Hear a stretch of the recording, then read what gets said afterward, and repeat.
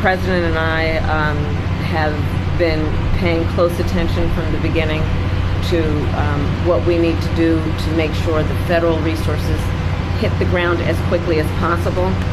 And that includes what was necessary to make sure that we provided direct federal assistance.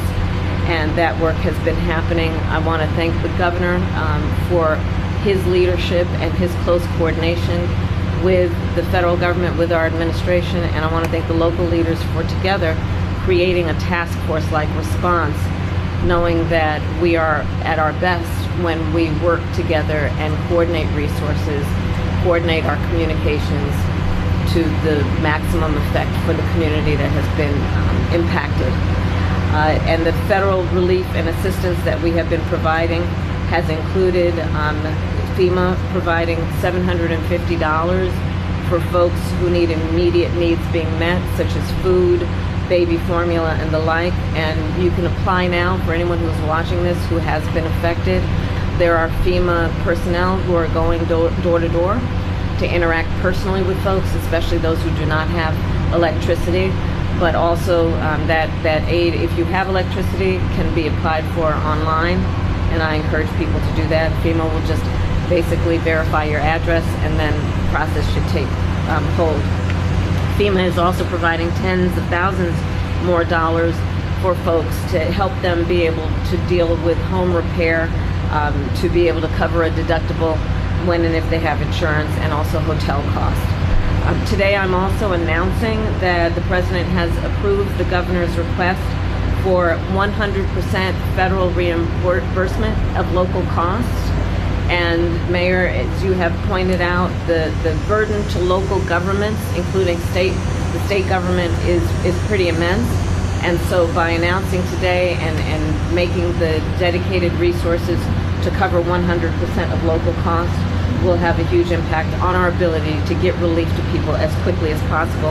And that will include, for example, what the federal government will do to reimburse local and state governments around issues like debris removal, which you can see just up and down this street, much less in other areas of the state and in the region. This is a big issue. I was speaking with one of the residents of the community who needs that big tree removed so she can actually get to work and make sure that her child is able to get to school when the schools reopen. So this is a very big part of the recovery process. That money of the federal reimbursement will also help with emergency services that are now being provided by the state, so that they can be reimbursed and then have the resources to keep providing those emergency services. Also, we will be covering the local government costs for food, water, and shelter. Again, resources that are desperately needed by the members of this community. And so my final point to the residents of this community and the region is that we are here for the long haul. There is the work that we have done together that was the immediate response, well, preparation for, and then the immediate response after. But there's a lot of work that's going to need to happen over the coming days, weeks, and months. And the coordination that we have dedicated ourselves to will be long-lasting, to get families, to get residents, to get neighborhoods back up and running. And my last point is this.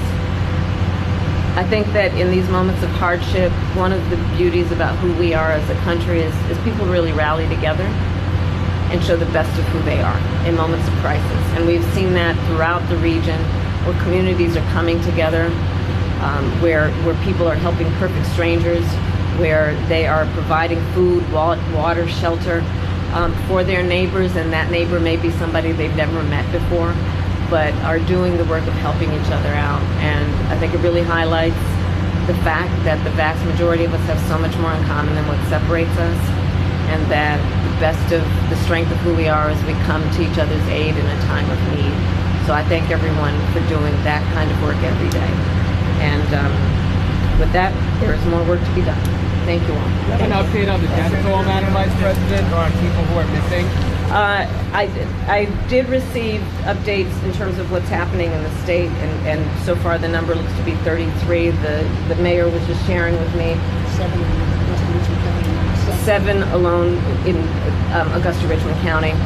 So the numbers are coming in, and part of the challenge of being accurate at this moment is that there are still so many areas that are remote, also rural areas, areas that are not easily accessible. So the assessment of the damage is being done across the board, and of course the highest priority is to locate and determine individuals, people who are in need, and making sure we're getting to them as quickly as possible. Okay, thanks everybody. We're going to move